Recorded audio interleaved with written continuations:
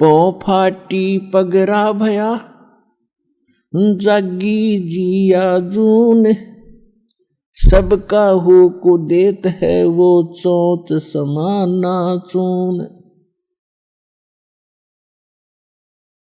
सभी प्राणियों का, जितने भी ब्रह्मांडों के अंदर जितने प्राणी हैं, सबका वो परमात्मा पालन करता है और सभी की उसको चिंता है। क्योंकि मां के गर्भ में जब ये बालक होता है उस समय ना माता सहाय कर सकती है, ना को पिता का सहयोग वहां काम कर सकता है। तो वहां पालन कौन करता आपका? वहां आपका सुरक्षा करने वाला कौन था?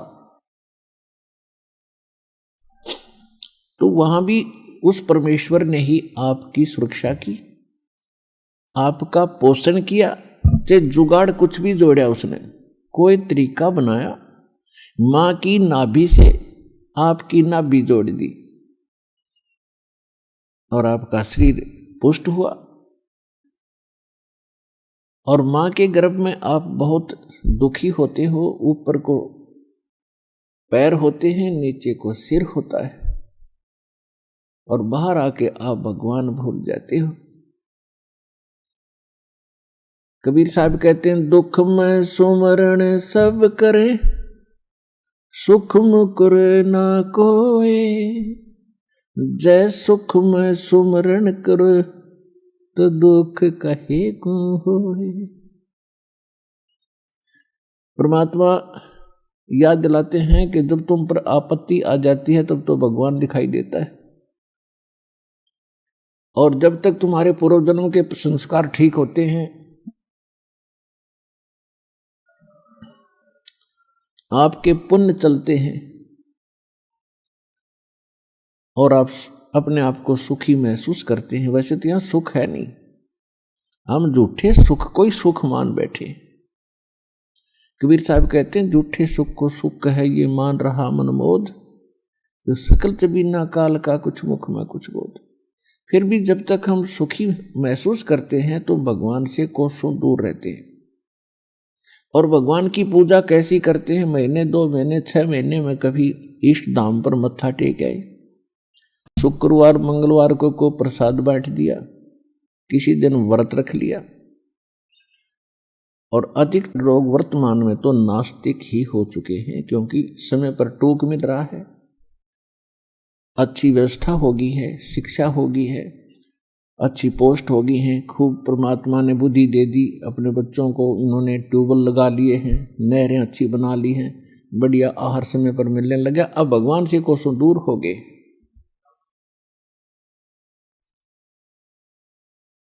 और भूल गए उन दुखों को।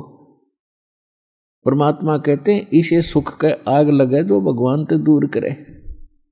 परमात्मा कहते हैं, सुख के माथे पत्थर पड़ो जो नाम हृदय ते जावे, और बलिहारी व दुख के जो पल पल नाम रटावे।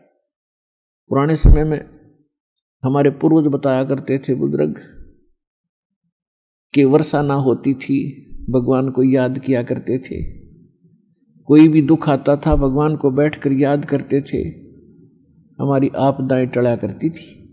और अब भगवान 100 कोस दूर हो गया, अब तो बिजली याद रहती है, बिजली ना ही ट्यूबवेल चलाऊं वो भगवान याद नहीं आता। तो परमात्मा कहते हैं, इस सुख बाढ़ में पड़ो जिससे भगवान की भूल पड़े। तो सत्संग में आने से फिर हमें याद होता है कि भगवान की कितनी आवश्यकता है। तो सत्संग में आने से फिर सुखी भी भगवान की भक्ति करेंगे। यदि दुखी व्यक्ति भक्ति करते हैं तो सुख देता है परमात्मा, उसका गुण है।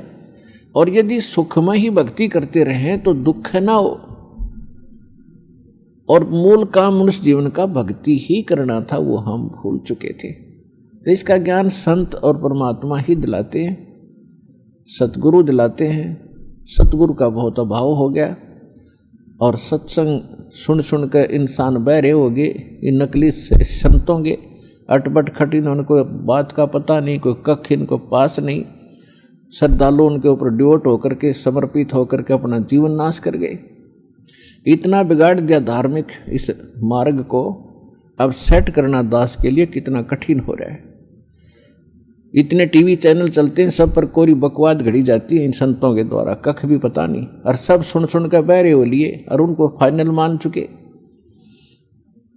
तो इसका अब धीरे धीरे निवारण होगा इस संकट का, और सभी शिक्षित है।